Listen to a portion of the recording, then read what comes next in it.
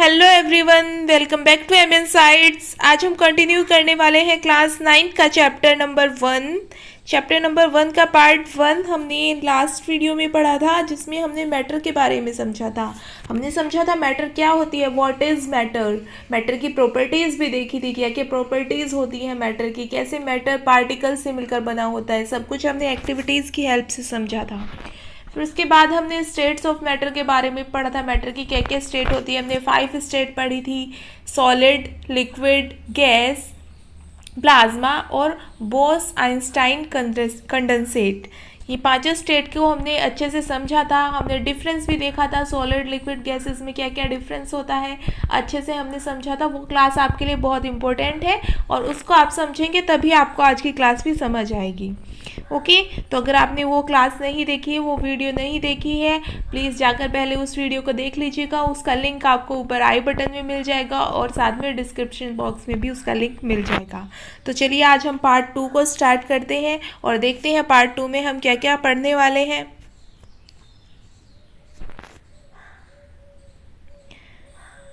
तो इस वीडियो में हम समझेंगे, can matter change it's state, क्या मैटर स्टेट चेंज कर सकती है। हमने मैटर की स्टेट के बारे में पढ़ा था, लेकिन अभी हम समझने वाले हैं क्या स्टेट को चेंज भी किया जा सकता है। क्या हम सॉलिड से दूसरे स्टेट यानी कि लिक्विड में चेंज कर सकते हैं, क्या हम लिक्विड से गैस में चेंज कर सकते हैं। तो इस तरह से क्या ये स्टेट चेंज हो सकती है या नहीं हो सकती किसी मैटर की स्टेट चेंज, ये हम अभी समझने वाले हैं। ठीक है, चलिए स्टार्ट करते हैं और पढ़ते हैं इस बारे में। Matter can exist in 3 physical state, ये हमने पढ़ा था। ठीक है, मैटर 3 स्टेट में एग्जिस्ट करता है मेनली। जो हमें डेली एग्जाम्पल देखने को मिलते हैं वो 3 स्टेट के मिलते हैं, सॉलिड, लिक्विड एंड गैसेस। ठीक है, तो इन्हीं के ही कन्वर्जन के बारे में अभी हम पढ़ने वाले हैं। We can change the physical state of matter 2 ways, हम फिजिकल स्टेट को मैटर की चेंज कर सकते हैं, यानी सॉलिड से लिक्विड में, लिक्विड से गैस में, गैस से फिर से लिक्विड में। इस तरह से हम चेंज कर सकते हैं। कैसे चेंज कर सकते हैं? By changing the temperature, temperature को चेंज करके, या तो टेम्परेचर को हम इंक्रीज करेंगे, टेम्परेचर को बढ़ाएंगे, या फिर टेम्परेचर को डिक्रीज करेंगे, टेम्परेचर को कम करेंगे। इससे हम क्या कर सकते हैं, इससे हम स्टेट को चेंज कर सकते हैं। और दूसरा क्या तरीका है हमारे पास, बाय चेंजिंग द प्रेशर, हम प्रेशर को चेंज कर सकते हैं, प्रेशर को इंक्रीज या डिक्रीज कर सकते हैं, उससे भी स्टेट चेंज हो जाती है मैटर की। ओके, तो एक एक करके हम मैटर की स्टेट को कैसे हम कन्वर्ट कर सकते हैं, कैसे चेंज कर सकते हैं, ये पढ़ लेते हैं। तो सबसे पहले है हमारा सॉलिड टू लिक्विड। ठीक है, सॉलिड से लिक्विड कैसे हम स्टेट को चेंज करते हैं, सबसे पहले हम ये समझ लेते हैं।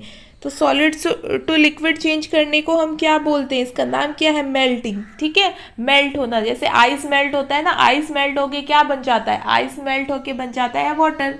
ठीक है, तो वो क्या हुआ, आइस सॉलिड फॉर्म में था और वो मेल्ट होकर वाटर बन गया, तो वाटर क्या है, वो लिक्विड फॉर्म में है। तो एक किसका एग्जाम्पल हुआ, ये मेल्टिंग का एग्जाम्पल हुआ। और मेल्टिंग का ही दूसरा नाम क्या है, फ्यूजन। मेल्टिंग को ही फ्यूजन भी बोला जाता है। आपको नाम में कंफ्यूज नहीं होना है, दोनों नाम को अच्छे से आपको याद रखना है। तो ये होता कैसे है, चलिए समझते हैं। When we heat a solid, its particles become more energetic. जब हम किसी सॉलिड को हीट करते हैं, गर्म करते हैं, टेम्परेचर इंक्रीज करते हैं, तो उसके पार्टिकल में एनर्जी और बढ़ जाती है, they become more energetic. And kinetic energy of particle increases, और पार्टिकल्स की काइनेटिक एनर्जी भी बढ़ जाती है, वो और तेजी से मूव करने लगते हैं। The energy supplied by heat overcome the intermolecular force of attraction of particles, और वो एनर्जी इतनी बढ़ जाती है, काइनेटिक एनर्जी इतनी बढ़ जाती है कि वो जो मॉलिक्यूल्स के बीच में आपस में जो फोर्स होता है वो उसको भी ओवरकम कर जाती है, उससे भी ज़्यादा एनर्जी हो जाती है। तो फिर क्या होता है, as result particle break away from each other, तो पार्टिकल्स एक दूसरे से ब्रेक हो जाते हैं। ठीक है, आपको ये प्रोसेस समझ में आया, क्या होता है इसमें, हम हीट प्रोवाइड करते हैं, हम टेम्परेचर इंक्रीज करते हैं, हीट प्रोवाइड करते हैं, किसी भी सब्सटेंस एंड सॉलिड को हम हीट प्रोवाइड करेंगे तो क्या होगा, हीट प्रोवाइड करने से जो सॉलिड के मॉलिक्यूल्स हैं उनकी काइनेटिक एनर्जी बढ़ेगी, वो और तेज़ी से मूव करने लगेंगे, और उनकी काइनेटिक एनर्जी इतनी बढ़ जाती है, जो मॉलिक्यूल्स की उनकी अपनी आपस की फोर्स जो होती है, इंटरमोलिक्यूलर फोर्स, वो उससे भी ज़्यादा एनर्जी हो जाती है, और वो जो इंटरमोलिक्यूलर फोर्सेस है वो ब्रेक हो जाती है, वो टूट जाती है, और मॉलिक्यूल्स अलग अलग हो जाते हैं, इसलिए वो लिक्विड फॉर्म में चेंज हो जाते हैं। Okay, the temperature at which solid melts to become a liquid at atmospheric pressure is called its melting point। ये आपको बहुत इंपॉर्टेंट है, आपके लिए बहुत अच्छे से याद रखना है। मेल्टिंग पॉइंट क्या होता है? तो मेल्टिंग पॉइंट वो टेम्परेचर होता है जिसपे कोई सॉलिड मेल्ट होकर लिक्विड बन जाता है एट एटमॉस्फेरिक प्रेशर। ठीक है, जो एटमॉस्फेरिक प्रेशर होता है उसी पर जब कोई सॉलिड मेल्ट होकर लिक्विड बन जाता है तो उसके लिए जितना टेम्परेचर चाहिए होता है उसी को हम मेल्टिंग पॉइंट बोलते हैं। ठीक है, और यहाँ पे आप इट की जगह लिख लेंगे मेल्टिंग। ठीक है, melting is also called fusion. Melting को ही फ्यूजन भी बोला जाता है। Melting point of ice is 0 degree Celsius और 273 केल्विन। ठीक है, आइस का मेल्टिंग पॉइंट क्या होता है? आइस कब मेल्ट हो जाता है? 0 डिग्री सेल्सियस पर, और दूसरा इसका स्केल होता है केल्विन स्केल, तो 273 केल्विन पर ये मेल्ट हो जाता है। ठीक है, ये दोनों ही स्केल किसके होते हैं? दोनों ही स्केल होते हैं ये टेम्परेचर की। ठीक है, सेल्सियस भी टेम्परेचर का स्केल होता है और केल्विन भी होता है। इसके अलावा एक और स्केल होता है टेम्परेचर का, फ़ारेनहाइट। ठीक है, ये 3 स्केल आपको पता होने चाहिए और इनका कन्वर्जन भी आप आगे क्लासेस में ज़रूर सीखेंगे। ठीक है, यहाँ एग्जाम्पल में आप देख सकते हैं जो सॉलिड है आइस वो फॉर्म हो रहा है लिक्विड में। ठीक है, तो ये मेल्टिंग का यानी फ्यूज़न का एग्जाम्पल है। आई होप आपको ये समझ में आ गया होगा। अब आगे बढ़ते हैं हम लोग। अगला है हमारा liquid to gas. Okay, liquid से गैस कैसे कन्वर्ट हो जाता है कोई सब्सटेंस, तो इस प्रोसेस को हम बोलते हैं बॉइलिंग। ठीक है, लिक्विड से गैस में कन्वर्ट होने को बोला जाता है बॉइलिंग, और इसको साथ में इवेपोरेशन भी बोला जाता है। ठीक है, आप बॉइलिंग भी बोल सकते हैं और बॉइलिंग का ही दूसरा नाम होता है इवेपोरेशन। ठीक है, तो ये कैसे होता है? When we supply heat energy to the liquid, जब हम किसी लिक्विड को हीट करते हैं, particles of matter become free to move and escape liquid. जो पार्टिकल्स होते हैं मैटर के वो उनके पास इतनी एनर्जी आ जाती है कि वो फ्री टू मूव हो जाते हैं, वो मूव करने के लिए फ्री हो जाते हैं और वो लिक्विड को स्केप कर जाते हैं, लिक्विड से अलग हो जाते हैं। Thus liquid start changing into vapours. इस तरह से लिक्विड वेपर में चेंज होना स्टार्ट हो जाता है। ठीक है, सॉलिड में हमने क्या किया था? जब हमने सॉलिड को एनर्जी दी तो वो पार्टिकल्स का इंटरमोलिकुलर फोर्स था जो वो कम हो गया और वो लिक्विड में कन्वर्ट हो गया। लेकिन जब हम लिक्विड को और एनर्जी देते हैं, लिक्विड को और हीट करते हैं, तो क्या होता है? लिक्विड के जो पार्टिकल्स हैं वो स्केप करने लगते हैं लिक्विड को, उनके पास इतनी एनर्जी आ जाती है वो लिक्विड से अलग होकर चले जाते हैं और वेपर्स बन जाते हैं। The temperature at which liquid change into vapor at atmospheric pressure is called as boiling point। ठीक है, boiling point भी आपको याद रखना बहुत ज़रूरी है, इसकी डेफिनेशन आ जाती है एग्जाम में लिखने के लिए। तो boiling point क्या होता है? वो टेम्परेचर जिस पर कोई लिक्विड वेपर में चेंज हो जाता है। ठीक है, वो टेम्परेचर जिस पर कोई लिक्विड वेपर में चेंज हो जाता है एट एटमॉस्फेरिक प्रेशर।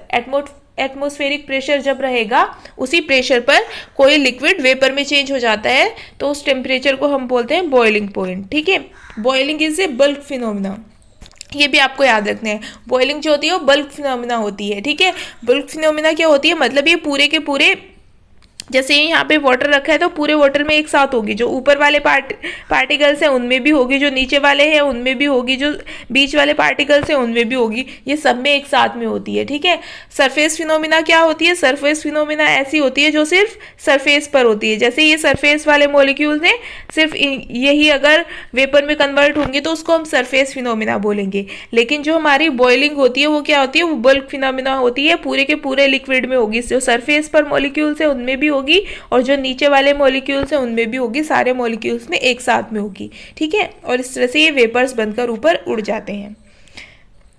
अब आगे बढ़ते हैं हम लोग और नेक्स्ट देखते हैं हम लोग gas to liquid. Gas to liquid कैसे चेंज होता है? ठीक है, अभी हमने क्या क्या पढ़ लिया है? अभी हमने पढ़ लिया है सॉलिड से लिक्विड कैसे चेंज होता है।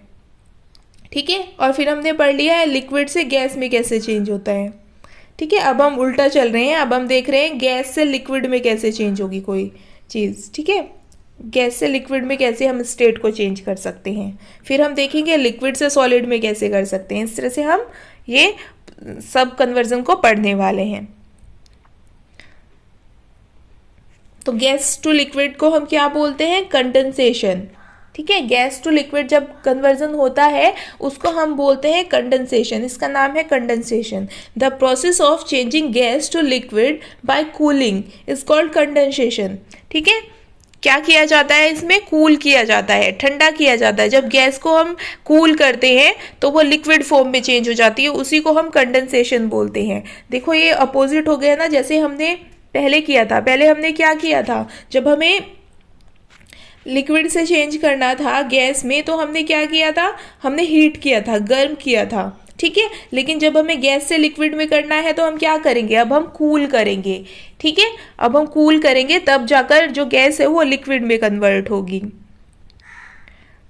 Condensation is the reverse of boiling, इसीलिए हम बोल सकते हैं जो कंडेंसेशन है वो बॉइलिंग का रिवर्स है, क्योंकि बॉइलिंग में हमने क्या किया था, बॉइलिंग में हमने लिक्विड से गैस में कन्वर्ट किया था बाय हीटिंग, हीट करके, गर्म करके हमने लिक्विड से गैस में कन्वर्ट किया था। लेकिन हम कंडेंसेशन में क्या कर रहे हैं, कंडेंसेशन में हम कर रहे हैं गैस को कूल कर रहे हैं, गैस को ठंडा कर रहे हैं, और कूल करने की वजह से वो लिक्विड में कन्वर्ट हो रही है। तो ये इसका अपोजिट होता है, इसका रिवर्स होता है, ठीक है। एग्जाम्पल आप बड़ा इजी इसका एग्जाम्पल आप समझ सकते हैं, जैसे बादलों से बारिश होती है। जो बादल होते हैं, क्लाउड्स होते हैं, वो किस फॉर्म में होते हैं, क्लाउड्स होते हैं हमारे वेपर फॉर्म में, ठीक है। और जो बारिश होती है हमारी, जो बारिश होती है वो किस फॉर्म में होती है, बारिश लिक्विड होती है। तो जो एग्जाम्पल हुआ हमारा कंडेंसेशन का, वेपर से लिक्विड का, यानी गैस टू लिक्विड का, ओके।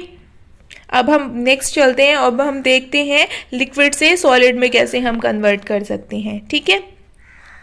तो अब देखते हैं हम लोग लिक्विड टू सॉलिड, इसको बोला जाता है फ्रीजिंग।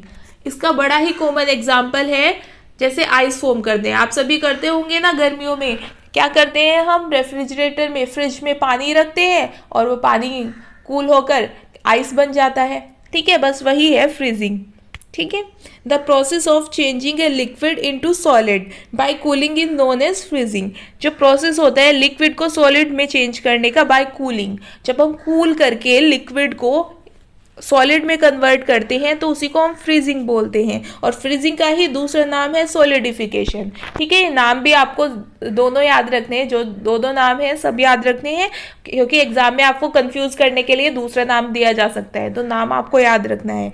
फ्रीजिंग का मतलब क्या है, सॉलिडिफिकेशन, और याद रखना भी आसान है। इसमें क्या होता है, सॉलिडिफाई ही तो होता है। जो वाटर है यानी लिक्विड है हमारा, कोई भी लिक्विड है, वाटर का तो हम एग्जांपल ले रहे हैं सिर्फ, कोई भी लिक्विड है वो सॉलिड बन जाता है, ठीक है। तो इसीलिए उसको सॉलिडिफिकेशन बोला जाता है। Freezing is reverse of melting. Freezing किसका रिवर्स है, फ्रीजिंग रिवर्स है मेल्टिंग का। मेल्टिंग में क्या होता था, हमने मेल्टिंग में क्या देखा था, जो सॉलिड था वो मेल्टिंग में चेंज हो जाता है लिक्विड में, ठीक है। सॉलिड को जब हम हीट करते हैं तो वो लिक्विड में कन्वर्ट हो जाता है। लिक्विड को जब हम कूल करते हैं तो वो किस में कन्वर्ट हो जाता है, वो सॉलिड में कन्वर्ट हो जाता है। इसलिए जो फ्रीजिंग है वो रिवर्स है मेल्टिंग का, ठीक है। तो ये भी आप याद रखिएगा। इसका एग्जाम्पल अभी मैंने आपको बताया है, और आप अभी पिक्चर में भी देख सकते हैं। जो लिक्विड है उसको हमने कूल किया, फ्रिज में डाला, रेफ्रिजरेटर में, और क्या बन गया, वो सॉलिड आइस बन गया, ठीक है। तो इस तरह से ये होता है हमारा प्रोसेस फ्रीजिंग का। तो अभी हम देख लेते हैं हमने क्या क्या पढ़ लिया है। अभी हमने क्या क्या पढ़ा है, हमने पढ़ा है मेल्टिंग का प्रोसेस। मेल्टिंग क्या होता है, जब हम सॉलिड से लिक्विड में कन्वर्ट करते हैं तो उसको बोला जाता है मेल्टिंग। फिर हमने उसके बाद में पढ़ा है वेपराइजेशन। वेपराइजेशन क्या होता है, जब हम लिक्विड से कन्वर्ट करते हैं गैस में तो उसको वेपराइजेशन बोलते हैं। फिर हमने पढ़ा था गैस टू लिक्विड कैसे जाया जा सकता है। गैस टू लिक्विड जाने के लिए क्या करते हैं हम, कंडेंसेशन, ठीक है। इसको कूल करते हैं गैस को और वो लिक्विड में कन्वर्ट हो जाती है, तो उसको हम कंडेंसेशन बोलते हैं। अब हम लिक्विड से अगर सॉलिड में जाना चाहें तो क्या प्रोसेस होता है हमारे पास, फ्रीजिंग। हम फ्रीज कर देते हैं, और ज़्यादा कूल करेंगे तो क्या होगा, लिक्विड कन्वर्ट हो जाता है सॉलिड में, ठीक है। इनके बाकी नाम भी आपको याद रखने हैं। मेल्टिंग को क्या बोला जाता है, मेल्टिंग को बोला जाता है फ्यूजन। वेपराइजेशन को क्या बोला जाता है, वेपराइजेशन को बॉइलिंग भी बोला जाता है, ठीक है। और फ्रीजिंग को क्या बोला जाता है, फ्रीजिंग को सॉलिडिफिकेशन भी बोला जाता है, ठीक है। ये सारे प्रोसेस हमने अभी पढ़ लिए हैं, कैसे हम इनको कर सकते हैं। मेल्टिंग हमने पढ़ लिया है, सॉलिड टू लिक्विड। फिर लिक्विड से गैस में जाना है तो वेपराइजेशन, गैस टू लिक्विड आना है कंडेंसेशन, लिक्विड टू सॉलिड जाना है तो फ्रीजिंग। अब हम थोड़ा और आगे सोचते हैं और अब हम कोशिश करते हैं क्या सीधा सॉलिड से गैस में हम जा सकते हैं। अभी तो हमने क्या पढ़ा है, अगर हमें सॉलिड से गैस में जाना है तो पहले मेल्टिंग होगी, उसके बाद वेपराइजेशन होगा। लेकिन क्या कोई ऐसा प्रोसेस है कि सीधा सॉलिड से हमें गैस मिल जाए या फिर सीधा गैस से हमें सॉलिड मिल जाए? कैसे प्रोसेस हो सकते हैं? तो यस बच्चों, ऐसा भी पॉसिबल है, सीधा सॉलिड से गैस में और सीधा गैस से सॉलिड में, ऐसे प्रोसेस भी पॉसिबल है और इनके भी अलग अलग नाम होते हैं। तो चलिए इनको भी हम पढ़ लेते हैं। ओके, तो सबसे पहले हम देखते हैं solid to gas. Solid to gas को हम क्या बोलते हैं? Solid to gas is called sublimation. ठीक है, जब सॉलिड से सीधा कोई सब्सटेंस गैस में कन्वर्ट हो जाता है तो उस प्रोसेस को बोला जाता है sublimation. The changing of solid directly into vapour on heating is called sublimation. ठीक है, सॉलिड का डायरेक्टली वेपर में चेंज हो जाना हिट करने पर बोला जाता है सब्लिमेशन। इसके एग्जाम्पल क्या है? कैम्फोर। कैम्फोर बोलते हैं कपूर को, जो पूजा में भी यूज करते हैं कपूर। तो उसको क्या होता है, उसको जब जलाया जाता है तो वो लिक्विड में कन्वर्ट नहीं होता, सीधा वेपर बन जाता है। ठीक है, तो ये एग्जाम्पल किसका हुआ हमारा? ये एग्जाम्पल हुआ हमारा सब्लिमेशन का। अब हम इसके आगे बढ़ते हैं, डिपोजिशन। डिपोजिशन क्या होता है? डिपोजिशन होता है जब वेपर्स डायरेक्टली सॉलिड में कन्वर्ट हो जाते हैं। ठीक है, ये क्या होता है? Vapour to solid. ठीक है, वेपर टू सॉलिड को क्या बोला जाता है? वेपर टू सॉलिड को बोला जाता है deposition. The changing of vapours directly into solid on cooling is known as deposition. यानी कि जब हम वेपर्स को कूल करते हैं और इतना कूल करते हैं कि वो डायरेक्टली सॉलिड में कन्वर्ट हो जाते हैं बिना लिक्विड में कन्वर्ट हुए, तो उसको बोला जाता है डिपोजिशन। इसका एग्जाम्पल भी आप एवरीडे लाइफ से अपनी देख सकते हैं। When warm moist air inside a house come into contact with a freezing cold window pane, water vapours in the air change to tiny ice crystal. क्या होता है जब ये वहाँ पे देखने को मिलता है जहाँ पे बहुत ज़्यादा फ्रीजिंग कोल्ड होता है, एकदम बहुत ज़्यादा ठंड होती है। तो क्या होता है, जब कमरे की एयर तो गर्म होती है और बाहर एकदम ठंड होती है। ठीक है, बाहर एकदम कोल्ड होता है, तो जो अंदर वाली एयर है वो जो विंडो होती है, ग्लास जो होता है विंडो का, उसके ऊपर एकदम से फ्रीज हो जाती है। ठीक है, उसके ऊपर ही जम जाती है। और ऐसा आपको लीव्स में भी देखने को मिलता है। ठीक है, जहाँ पे ज़्यादा ठंड होती है वहाँ पर जो एटमॉस्फेयर में जो हमारे वाटर वेपर्स होते हैं हमारी एयर में, वो क्या होते हैं, वो सीधा लीव्स पे ऐसे जम जाते हैं। ठीक है, बिना उसमें बिना वाटर में यानी कि बिना लिक्विड में कन्वर्ट हुए। तो इस प्रोसेस को डिपोजिशन बोला जाता है। ओके, तो आप याद रखिएगा इन सभी नेम को। ये सभी नेम आपके लिए इम्पोर्टेंट है और सबके डेफिनेशन भी आपको याद रखती हैं और बहुत इजी है। एक बार फिर से हम समझ लेते हैं क्या क्या प्रोसेस थे ये। ओके, सबसे पहले हमने पढ़ा था मेल्टिंग। मेल्टिंग क्या होता है? Solid to liquid. इसका दूसरा नाम भी हमने पढ़ा था। दूसरा नाम क्या होता है इसका? दूसरा नाम हमने इसका पढ़ा था फ्यूजन। ठीक है, फिर liquid to gas. Liquid to gas को हम क्या बोलते हैं? लिक्विड टू गैस को हम वेपराइजेशन बोलते हैं और साथ ही बॉइलिंग भी बोलते हैं। फिर हमने पढ़ा था कंडेंसेशन। कंडेंसेशन क्या होता है? जब हम गैस को लिक्विड में कन्वर्ट करते हैं तो उसको कंडेंसेशन बोलते हैं। फिर लिक्विड टू, अगर हमें सॉलिड जाना है, लिक्विड से सॉलिड में कन्वर्ट करना है तो क्या करेंगे हम? तब हम करेंगे फ्रीजिंग। ठीक है, फ्रीजिंग को सॉलिडिफिकेशन भी बोला जाता है। अब हम देखते हैं डायरेक्टली सॉलिड से अगर हमें डायरेक्टली गैस में जाना है तो अब हम क्या करते हैं? तब हम करते हैं सब्लिमेशन। ठीक है, सॉलिड टू डायरेक्टली गैस में जाने के लिए होता है सब्लिमेशन। एग्जाम्पल भी हमने पढ़ा था। एग्जाम्पल क्या था इसका? कैम्फोर, कपूर। ठीक है, और गैस से सीधा सॉलिड में आना है तो उसके लिए प्रोसेस क्या होता है? उसके लिए करते हैं हम डिपोजिशन। ठीक है, तो ये सारे प्रोसेस आई होप आपको अब अच्छे से समझ भी आ गए होंगे और लर्न भी हो गए होंगे। तो आप इसको चाहे तो स्क्रीनशॉट लेकर रख लीजिएगा। इस डायग्राम से आपको ये सारे इजीली लर्न हो जाएंगे और इसके लिए आप ये वाला डायग्राम भी यूज़ कर सकते हैं लर्न करने के लिए। इसमें भी आपको सारे स्टेट गिवन है। ठीक है, आप देख सकते हैं सॉलिड टू लिक्विड फ्यूजन और लिक्विड टू सॉलिड आना है तो सॉलिडिफिकेशन, लिक्विड टू गैस जाना है तो वेपराइजेशन और गैस टू लिक्विड जाना है तो कंडेंसेशन। गैस से सॉलिड आना है तो डिपोजिशन, गैस से सॉलिड डिपोजिशन और सॉलिड से गैस सब्लिमेशन। ठीक है, इस तरह से भी आप इसको ट्रायंगुलर फॉर्म में भी याद रख सकते हैं। जिस तरह से आपको याद रहे उस तरह से आप याद रख सकते हैं। आपको ऐसे याद रहता है तो आप इस तरह से याद कर सकते हैं, और आपको इस तरह से याद रहता है ट्रायंगुलर फॉर्म में तो इस तरह से आप याद रख सकते हैं। जैसे आपको याद होता है आप वैसे ही इसको अपनी नोटबुक में नोट कर लीजिए। एक दो बार आप डायग्राम को बनाइए और आपको ये इजीली लर्न हो जाएगा। चलिए अब आगे बढ़ते हैं हम, और आगे कुछ इंपॉर्टेंट टर्म्स को हम समझ लेते हैं। फर्स्ट टर्म क्या है हमारे पास? Latent heat of fusion. ठीक है, फ्यूजन हमने पढ़ा था। फ्यूजन क्या होता है? अभी हमने पीछे पढ़ा ही है। फ्यूजन क्या होता है? जब सॉलिड से लिक्विड में कोई चीज़ कन्वर्ट होती है तो उसी को फ्यूजन बोला जाता है। तो ये लेटेंट हीट ऑफ फ्यूजन क्या होता है? हीट भी हमें पता है। अब लेटेंट क्या होता है? लेटेंट का मतलब होता है हिडन। तो हिडन हीट कैसी होगी फ्यूजन में?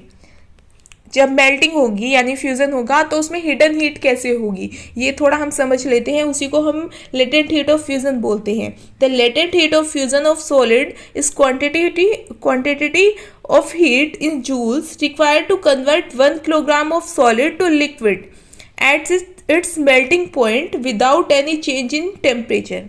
ठीक है, लेटेंट हीट ऑफ फ्यूजन क्या होती है? Latent heat of fusion of solid वो क्वांटिटी होती है जूल्स में 1 किलोग्राम सॉलिड जिससे लिक्विड में कन्वर्ट हो जाता है एट इट्स मेल्टिंग पॉइंट। ठीक है, मतलब जो भी मेल्टिंग पॉइंट है किसी लिक्विड का, किसी सॉलिड का जो भी मेल्टिंग पॉइंट है उसी पर जब कोई सॉलिड लिक्विड में कन्वर्ट हो जाता है और टेम्परेचर में भी कोई चेंज नहीं होता। ठीक है, उस टाइम पे जितनी हीट देनी पड़ती है हमें 1 किलोग्राम सॉलिड को लिक्विड में कन्वर्ट करने के लिए, उसी को लेटेंट हीट ऑफ फ्यूजन बोला जाता है।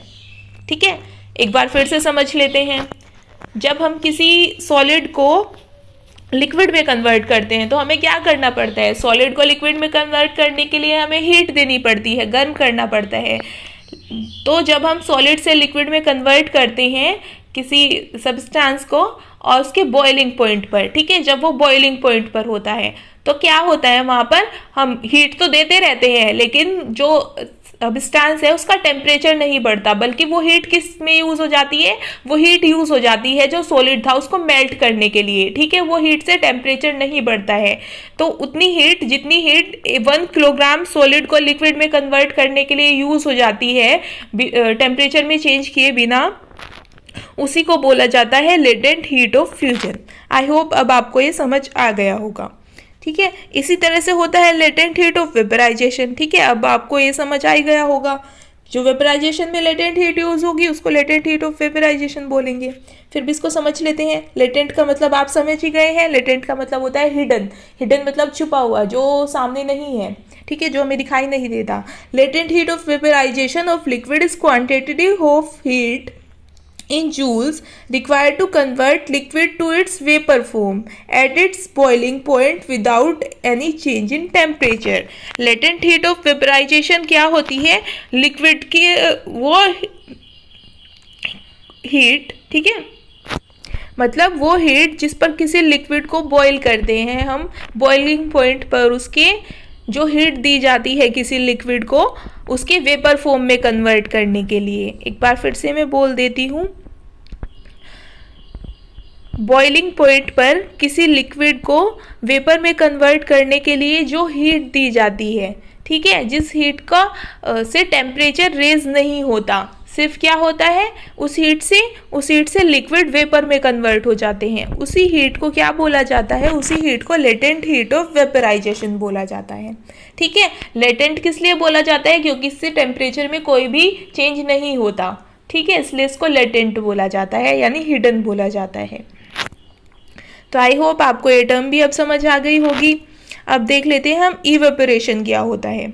ठीक है, इवेपोरेशन आपने पहले भी नाम सुना होगा, तो थोड़ा सा इसको अब हम समझ लेते हैं इवेपोरेशन क्या होता है और क्या क्या इसके एग्जांपल्स हमारे डेली लाइफ में होते हैं, उसको भी थोड़ा सा हम समझ लेंगे।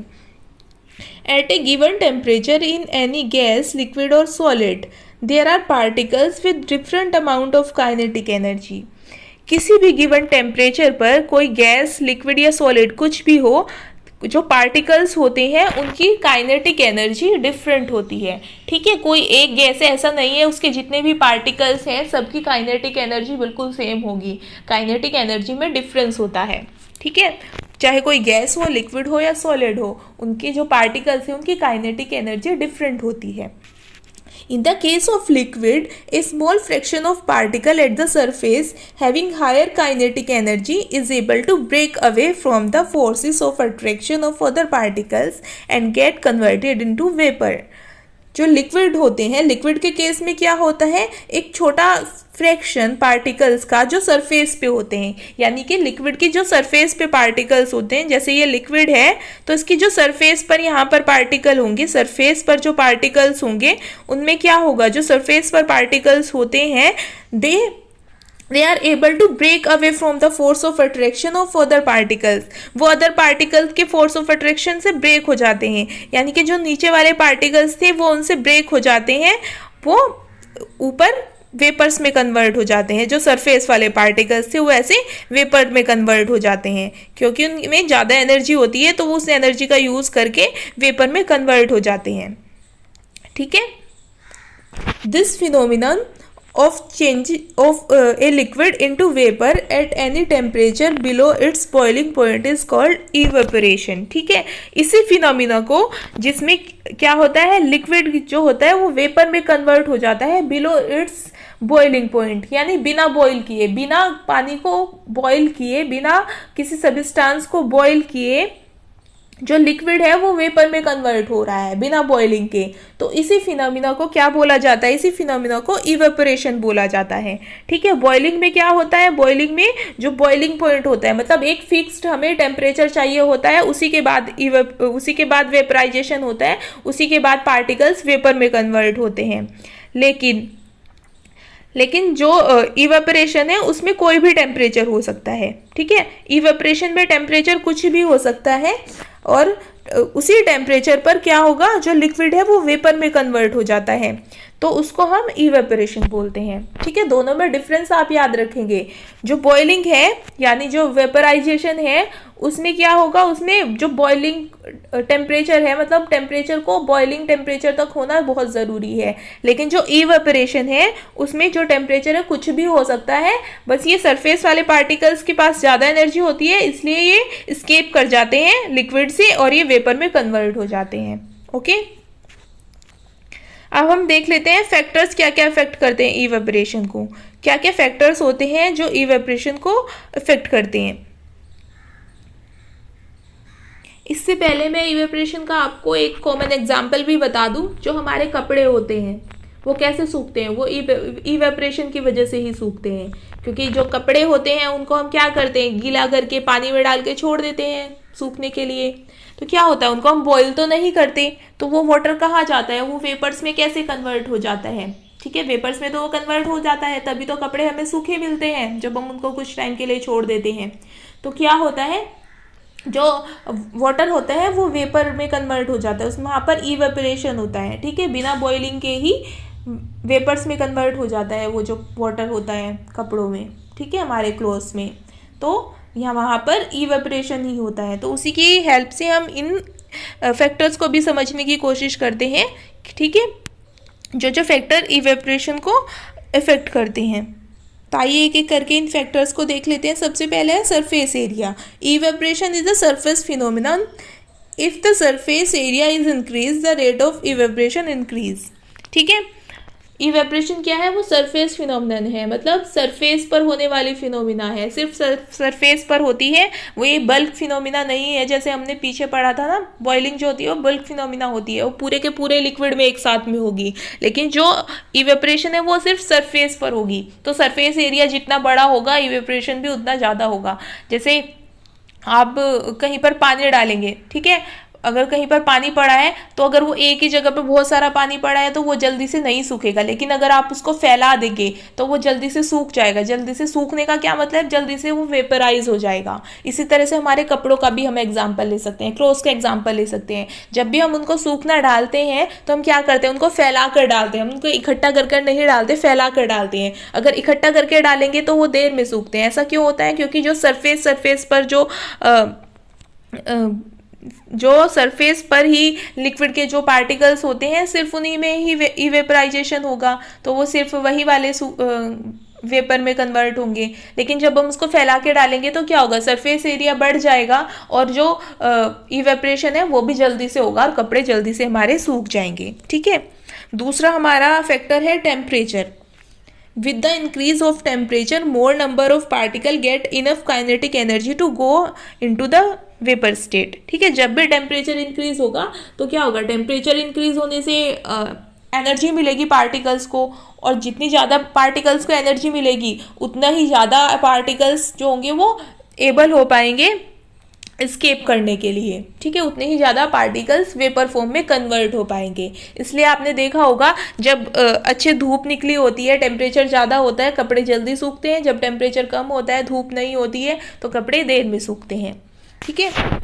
नेक्स्ट हम देखते हैं एग्जाम्पल ह्यूमिडिटी का। ये भी बहुत बड़ा फैक्टर है।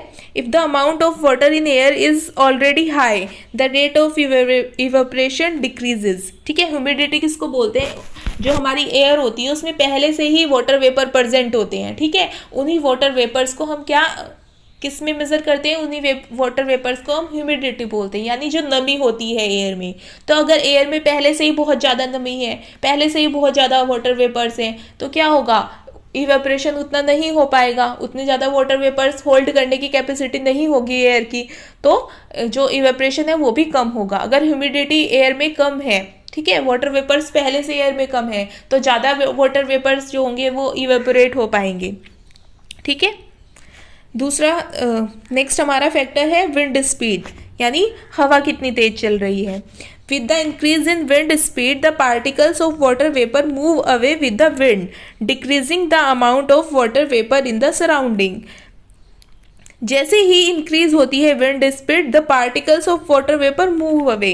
ठीक है, जो पार्टिकल्स होते हैं वाटर वेपर के वो भी दूर चले जाते हैं हवा के साथ में, और जो आसपास के सराउंडिंग जो होती है वहाँ पे वाटर वेपर की कमी हो जाती है। ठीक है, जैसे इवेपोरेशन होता है, जैसे हम क्लोथ्स का ही एग्जांपल ले, जो कपड़े हमारे सूखते हैं वहाँ पे इवेपोरेशन हो रहा है, तो जो उसकी सराउंडिंग है वहाँ पर क्या होगा, वाटर वेपर बढ़ते रहेंगे, क्योंकि जो क्लोथ्स है हमारे उससे वाटर वेपर्स निकल रहे हैं। लेकिन जब हवा चलेगी, विंड स्पीड ज़्यादा होगी, तो क्या होगा, वो जो एयर थी जिसमें मॉइस्चर था, जिसमें पहले से वाटर वेपर प्रेजेंट थे, वो हवा दूर चली जाएगी, और जो आसपास की जो एयर बचेगी, जो सराउंडिंग बचेगी, वहाँ पे वाटर वेपर्स कम हो जाएंगे, तो इवेपोरेशन फिर से ज़्यादा से हो पाएगा। तो इस तरह से अगर विंड स्पीड ज़्यादा है तब भी इवेपोरेशन ज़्यादा होता है। तो ये सारे फैक्टर्स हैं जिनको मैंने आपको एग्जाम्पल की हेल्प से समझाने की कोशिश की है, ताकि आपको अच्छे से समझ आ जाए। तो क्या कि हमारे फैक्टर से एक बार फिर से समझ लेते हैं। सरफेस एरिया, जितना ज़्यादा सरफेस एरिया होगा,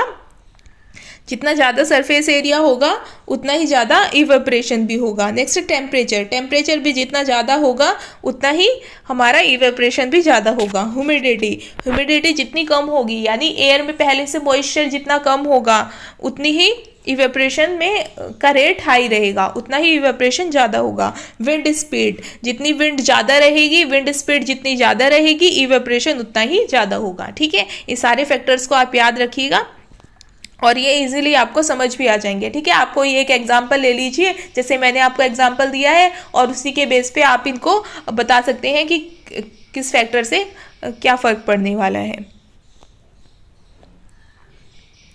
अब हम एक और इंटरेस्टिंग सी चीज़ समझ लेते हैं, how does evaporation cause cooling. ठीक है, इवेपोरेशन से कूलिंग भी होती है। अगर कहीं पे इवेपोरेशन हो रहा है तो वहाँ पे कूलिंग भी होती है। इसका बेस्ट एग्जांपल क्या है, जो हमारा अर्दन पोट होता है, जो घड़ा होता है, उसमें रखा हुआ पानी ठंडा हो जाता है। वहाँ पे कोई रेफ्रिजरेटर तो लगा हुआ है नहीं, फ्रिज तो लगा हुआ है नहीं कि वो ठंडा हो गया पानी, तो वो ठंडा किस लिए होता है, वहाँ पे यही फिनोमिना वर्क करती है इवेपोरेशन वाली। वहाँ पे इवेपोरेशन होता है, उसी की वजह से कूलिंग होती है। तो इसमें क्या होता है, जैसे यहाँ पे अर्दन पोट आपको नज़र आ रहा है, ये मिट्टी का घड़ा आपको नज़र आ रहा है। ठीक है, तो इसमें क्या होता है, इस पर छोटे छोटे से पोर्स होते हैं। ठीक है, छोटे छोटे से होल्स होते हैं, बहुत ही माइन्यूट, बहुत ही छोटे होल्स बने हुए होते हैं मिट्टी के घड़े में। ठीक है, वो पहले से प्रेजेंट होते हैं, तो उनसे क्या होता है, उनसे वाटर थोड़ा थोड़ा बाहर आता रहता है सरफेस पर अर्दन पोट की। ठीक है, यहाँ पे सरफेस पर वाटर आता रहेगा, और इस वाटर से क्या होता है, ये वाटर इवेपोरेट होता है। तो ये क्या करता है, सराउंडिंग से एनर्जी को एब्जॉर्ब करता है, अपने आसपास से एनर्जी को एब्जॉर्ब करता है, और तभी जाके ये इवेपोरेट हो पाते हैं पार्टिकल्स, क्योंकि पार्टिकल्स को इवेपोरेट होने के लिए एनर्जी तो चाहिए। ठीक है। तो वो एनर्जी कहाँ से लेता है? अपने सराउंडिंग से लेता है। तो ये सराउंडिंग से अपनी एनर्जी लेगा, ठीक है। उस एनर्जी को अब कहीं से तो पूरा किया जाएगा, तो जो अंदर जो वाटर होता है उससे वो हीट एनर्जी जो होती है वो अब्जॉर्ब हो जाती है, उससे वो हीट एनर्जी पूरी हो जाती है, और जो अंदर पानी है, अंदर जो हमारा वाटर रखा होता है वो ठंडा हो जाता है, ठीक है। ये इसका पूरा प्रोसेस होता है। जो पोर्स होते हैं वहाँ से वाटर इवेपोरेट होता है, और इवेपोरेशन के लिए जो एनर्जी चाहिए होती है वो एनर्जी कहाँ से रिप्लेस होती है? वो एनर्जी रिप्लेस होती है जो अंदर वाटर रखा होता है या जो सराउंडिंग होती है अर्दन पोर्ट की, वो उसी से ही रिप्लेस होती है। तो उसी में हमारा जो अंदर वाटर रखा होता है वो भी आ जाता है, तो वहाँ से वो एनर्जी एब्जॉर्ब होती है और पानी हो जाता है हमारा ठंडा, ठीक है। इस तरह से हमें ठंडा पानी पीने को मिलता है घड़े से, यानी अर्दन पोर्ट से। इसको आप यहाँ भी पढ़ सकते हैं, in an open whistle the liquid keeps on evaporating. Open whistle जब भी होता है वो उसमें लिक्विड इवेपोरेट होता रहता है। The particles of liquid absorb energy from the surrounding to regain the energy loss during evaporation. Evaporation में जो भी एनर्जी लूज हुई है वो कहाँ से मिलेगी? वो सराउंडिंग से ही तो मिलेगी, ठीक है। और सराउंडिंग से एनर्जी मिलने से क्या होता है? The absorption of energy from the surrounding make the surrounding cool, ठीक है। सराउंडिंग से जब एनर्जी एब्जॉर्ब हो जाएगी तो सराउंडिंग अपने आप कूल हो जाएगी, ठीक है। इस तरह से वो पानी ठंडा हो जाता है हमारे लिए। अब हम डिफरेंस देख लेते हैं बॉइलिंग को और इवेपोरेशन के बीच में। ये क्वेश्चन आपके एग्जाम पॉइंट ऑफ व्यू से इंपॉर्टेंट है, इसलिए मैंने यहाँ पे डाला है difference between boiling and evaporation, ठीक है। तो कुछ पॉइंट्स की हेल्प से हम इसको अच्छे से समझेंगे, आपको इसमें बिल्कुल भी कंफ्यूजन ना रहे, इसलिए क्वेश्चन ये यहाँ पे मैंने लिया है। तो इसको बड़े ध्यान से समझिएगा, बड़ा ही आसान है, बेसिक सा यहाँ पे डिफरेंस है और आपको समझ भी आ जाएगा, बस आपको ध्यान से समझना है। तो सबसे पहले हम देखते हैं कि कंपैरिजन हम किस बेसिस पे कर रहे हैं। Basis of comparison, meaning, phenomenon क्या होती है, टेम्परेचर का क्या रोल है, अपीयरेंस कैसी होती है, और एनर्जी का क्या रोल है इसमें, ठीक है। यहाँ पे बॉइलिंग के पॉइंट्स लिखे हैं, यहाँ पे इवेपोरेशन के पॉइंट्स लिखे हैं। तो चलिए देखते हैं।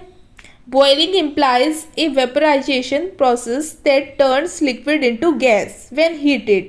It is a fast process. Boiling क्या होती है? Boiling vaporization होती है जिसमें लिक्विड गैस में कन्वर्ट हो जाता है ऑन हीटिंग, हीट करने पर, ठीक है। ये पॉइंट इंपॉर्टेंट है कि हीट करने पर यहाँ पर लिक्विड जो है वो वेपर में कन्वर्ट होता है, और ये एक फास्ट प्रोसेस है, ठीक है। ये जल्दी होता है प्रोसेस, इसमें बहुत ज़्यादा टाइम नहीं लगता। जैसे आप पानी उबालते हैं घर में, कुछ भी काम करने के लिए वाटर को बॉईल करते हैं तो वो फास्टली बॉईल हो जाता है, जल्दी जल्दी वेपर में कन्वर्ट हो जाता है, इतना टाइम तो नहीं लगता उसमें। Evaporation is a natural process. Evaporation एक नेचुरल प्रोसेस है, इसमें कोई अलग से कुछ नहीं करता है, ये नेचुरली होता है। wherein the liquid change its form to gas even without heating. It is a slow process.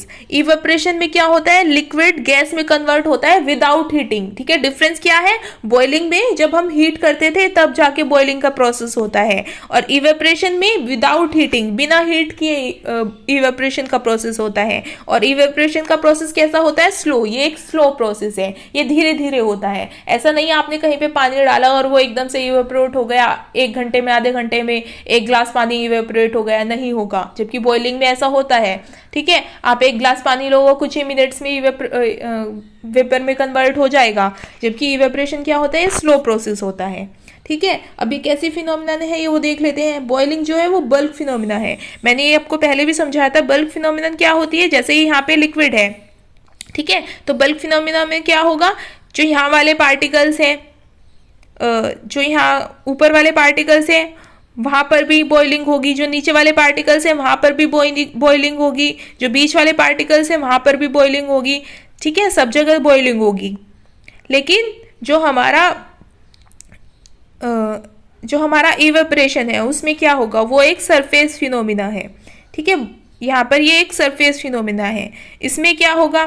Surface phenomena में इस तरह से होगा, जैसे ये हमारा लिक्विड है, तो जो सिर्फ ये ऊपर वाले जो सरफेस पर जो पार्टिकल्स होंगे, सरफेस पर जो मॉलिक्यूल्स होंगे, सिर्फ वही इवेपोरेट होकर ऊपर जाएंगे, वही इवेपोरेट होकर वेपर्स बनाएंगे, ठीक है। ये पूरे के पूरे लिक्विड में नहीं होगा, ठीक है। बल्क फिनोमिना क्या होता है? जो पूरे लिक्विड में होता है, जो इस तरह से पूरे लिक्विड में होगा वो बल्क फिनोमिना। और सरफेस फिनोमिना क्या होता है? जो सिर्फ सरफेस पर होगा, ठीक है। अब अगला देखते हैं हम टेम्परेचर। टेम्परेचर का क्या फ़र्क पड़ता है। Occurs only at boiling point. Boiling क्या है, जो सिर्फ बॉइलिंग पॉइंट पर ही होता है, बॉइलिंग पॉइंट से कम पे बॉइलिंग नहीं होगी। जबकि evaporation occurs at any temperature, ये किसी भी टेम्परेचर पर हो सकता है। टेम्परेचर कम है, ज़्यादा है, बॉइलिंग टेम्परेचर की इसमें कोई नीड नहीं है, कितना भी टेम्परेचर हो वहाँ पर इवेपरेशन होगा। इवेपरेशन का रेट कम या ज़्यादा हो सकता है, लेकिन इवेपरेशन किसी भी टेम्परेचर पर होगा। ठीक है। अपीयरेंस, अपीयरेंस कैसी होती है। बॉइलिंग में इट फॉर्म्स बबल। बॉइलिंग में बबल्स फॉर्म होते हैं। आपने बॉईल होते हुए देखा होगा वाटर को, तो वहाँ पे बबल्स फॉर्म होते हैं। तो इस तरह से कोई भी जो सब्सटेंस बॉईल होता है तो वहाँ पर बबल्स फॉर्म होते हैं। जबकि इवेपरेशन में it does not form bubble, वहाँ पर बबल्स फॉर्म नहीं होते, कोई बबल्स फॉर्म नहीं होते। आपने कपड़े सूखते हुए देखे हैं क्या, कपड़ों के ऊपर बबल्स नजर आते हैं? नहीं। इवेपरेशन ऐसे ही होता है, कोई बबल्स फॉर्म नहीं होते। नेक्स्ट है एनर्जी। एनर्जी का क्या रोल है। तो बॉइलिंग में source of energy is required. Boiling में सोर्स ऑफ एनर्जी रिक्वायर्ड होती है। हम हीट करते हैं तभी बॉइलिंग होती है, तो वहाँ पे हीट करने के लिए कोई ना कोई सोर्स ऑफ एनर्जी चाहिए होता है ना, एनर्जी का कोई ना कोई सोर्स चाहिए होता है जिससे हीट करेंगे, जिससे बॉइलिंग पॉइंट तक लेकर जाएंगे किसी सब्सटेंस को। ठीक है, तो यहाँ पर सोर्स ऑफ एनर्जी रिक्वायर्ड होता है। जबकि इवेपरेशन में energy is supplied by the surrounding. Evaporation में जो एनर्जी होती है वो सराउंडिंग से ही सप्लाई हो जाती है। ठीक है, उसमें अलग से कोई सोर्स नहीं चाहिए होता है एनर्जी को प्रोवाइड करने के लिए, जो सराउंडिंग है उसी से एनर्जी हमारी मिल जाती है। ठीक है, तो ये सारे डिफरेंसेस थे हमारे बॉइलिंग और इवेपरेशन के बीच में। आई होप आपको अभी ये क्लियर हो गए होंगे। ठीक है, इन डिफरेंसेस को आप याद रखिएगा, एग्जाम पॉइंट ऑफ व्यू से ये इंपॉर्टेंट है और आई होप आपको समझ तो ये आ ही गए होंगे। ठीक है, तो ये थी हमारी आज की वीडियो। अब ये चैप्टर आपका हो चुका है कंप्लीट। आई होप आपको समझ आया होगा, और समझ आया है, अच्छा लगा है तो लाइक कर दीजिएगा, अपने फ्रेंड्स के साथ में इस वीडियो को शेयर कर दीजिएगा और चैनल को सब्सक्राइब करना ना भूलिएगा। Thanks for watching. मिलते हैं नेक्स्ट वीडियो में, तब तक आप अच्छे से स्टडी करते रहिए।